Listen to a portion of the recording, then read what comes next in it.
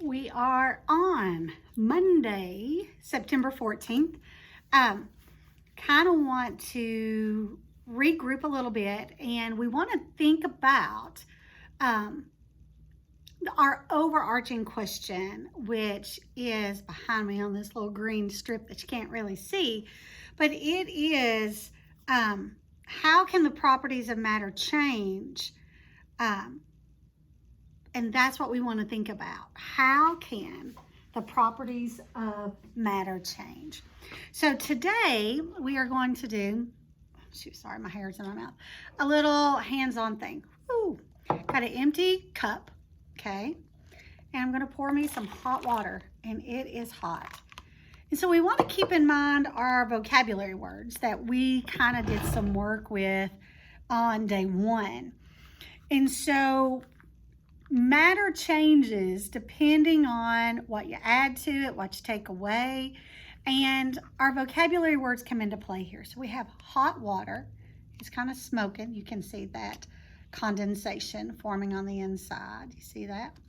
I'm going to add sugar, just pure sugar, and it's white. Okay, you see that?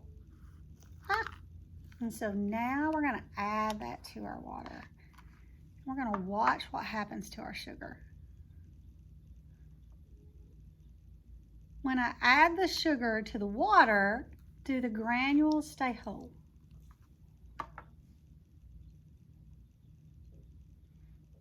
They do not. What happens is a physical property is what we see the change is. If you can see it, do you see how it's kind of murky? And you can see those little particles kind of swirling around in there. That's telling me that the sugar's still there. If I took me a swig of this, which I'm not because there's all kinds of little stuff because I didn't clean my container. If I waited till it cooled and I drank it, my water would be sweet. Now, so the sugar is still in there, it just looks different. So we've had the physical property of the sugar has changed. What we do when we're learning at school is we don't use quite as much water, and we will set this to the side. And as the water evaporates and eventually goes away, you will find that your sugar will recrystallize at the bottom of your cup. So it will go through another change. As water is taken away from it, all of that sugar goes to the bottom. Now, is it still going to be granules of sugar? No, it is not.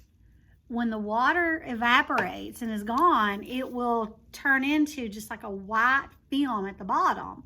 And depending on how much sugar you put in, well, depends on how thick.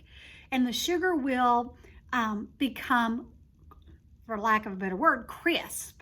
So you can flex the bottom and it'll start breaking apart into big chunks. So our question was, how can the properties of matter change? We've gone from a solid to a liquid, and it will go back to a solid. The next thing we're going to look at is a penny. I'm going to add some hot water again, and it's a penny. It's round. It's kind of a copper, dirty color, and it's hard. I can't bend it. And so when I drop it in the water, what happens to our penny? Really nothing. It just falls to the bottom of the cup. But what we do learn about our penny is that it is more dense than water. What does that really mean, more dense? Well, what it really means to us is that the water is lighter than the penny. If I added a feather in here, do you think the feather would sink or swim?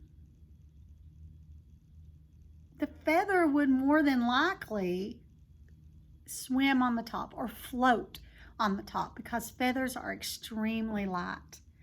So when I drop in this penny, we know that the penny is actually heavier or more dense than the water.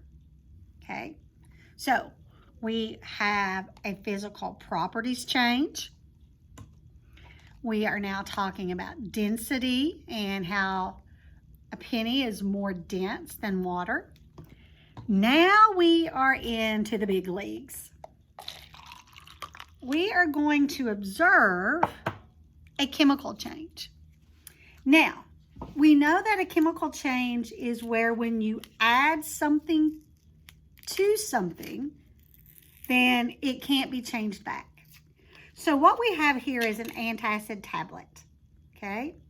It's kind of hard. It's white. It's round, okay? And I have hot water. Now, for a chemical change to truly take place, there are 5 things that you can look for. Now, all 5 of these do not have to happen at once. Only one of them have to show up, or 2 or 3, but you only need 1 for a true chemical change to take place. I'm going to dump a little bit of that warm water back out. Okay, so you are looking for a heat change, like does it smoke, like become hot? Does the color change? Is there a fizz? Is there a sound that's emitted? And is there a light or a spark that's given off? Okay, so that's what we're looking for, and listening for.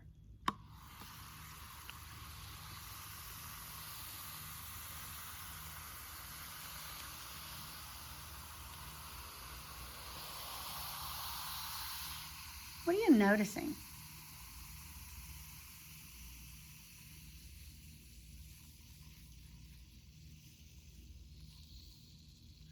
And I keep bringing this down because there is steam that is coming up off of this cup. And the water that I poured in was warm.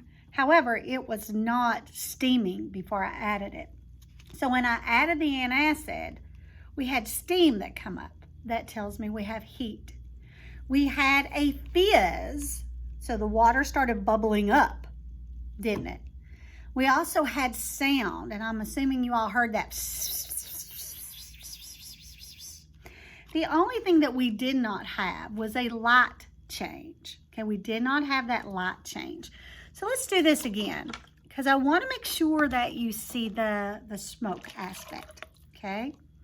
So there's no steam, no smoke coming off.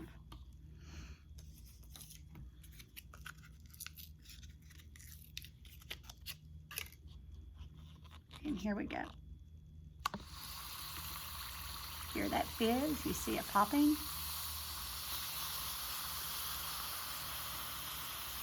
See it very faintly right here.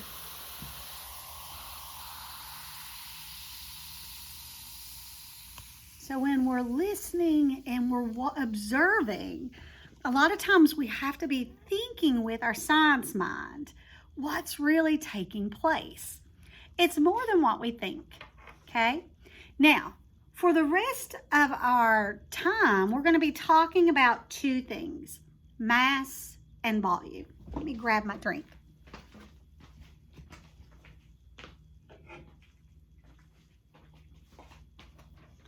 So when we're talking about mass, and the pages are pages 366 and 367. So after this short video, I'm going to have you guys go back and you have to read 366 and 367. Really, it's just 367. And then there's some questions that you're going to answer and upload for me. We're going to be talking about mass and volume, though. Both of these definitions need to go in your science journal. It's a must. They will both be on the quiz. They will both be on the test, okay? So mass is the amount of matter that something takes up. It's just what it is. It's the amount of matter that something takes up, okay? Mass does not depend on the object's shape. Does not. So I've got a sheet of paper here. And the mass is the amount of space that an object takes up, right? So if I fold it in half, Did I change the mass? Not really. It's the amount of matter that makes up the object. So I got to go back and redo that part. Sorry, guys. So mass is the amount of matter that makes up an object, okay? So does matter is the whole sheet of paper.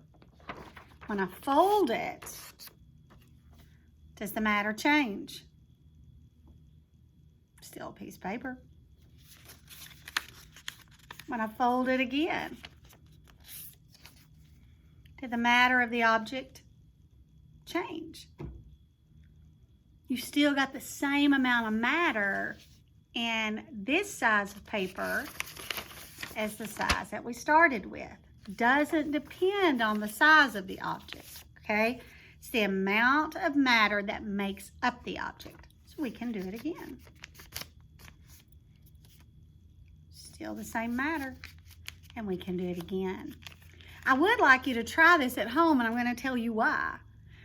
Because the matter doesn't change. I'm not doing anything to the object other than changing the shape. But the smaller the object gets in my hand, the heavier it feels. It's really strange, and it's because it becomes more compact and it's taking up more surface space on my hand, which means that it feels heavier. Now, when it's in its largeness, the full size, the mass or the matter is taking a larger area, so the mass of it is displaced in a larger area. Now, mass does not depend on the object's shape, okay? Mass is the amount of matter that makes up the object.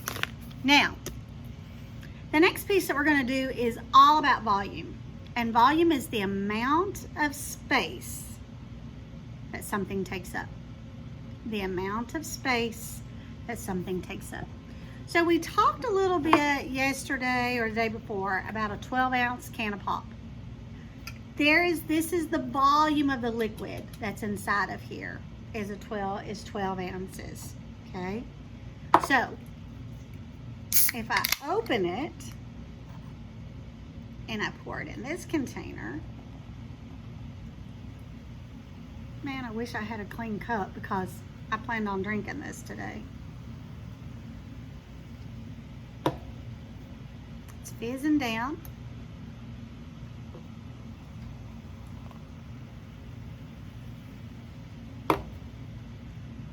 So volume is the amount of space that something takes up. So the can's empty. So what was 12 ounces here is now 12 ounces here. Now, let's do this. Let's see, will 12 ounces fit here? I don't think it will. I think the cups are a little small.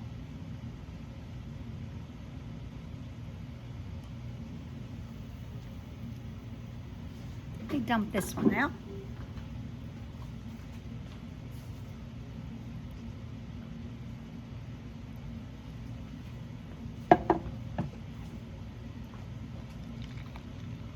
So, 12-ounce can,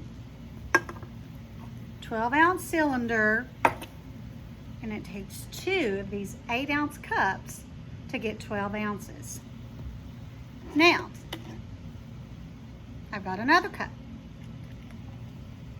Just because the shape of my cup is changing or the shape of the container is changing, it does not change the amount of liquid.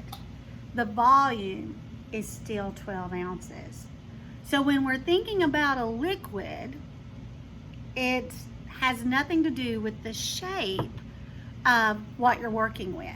Now, if I want to find the volume of a rectangle of a hard substance, all I'm doing is length times width times height. And that's something that you did in 5th grade math. I know you did that with Miss Frederick. So you had to look at the length, the width, and the height, and you just made a mathematical problem. So if it was, the length was 2, you did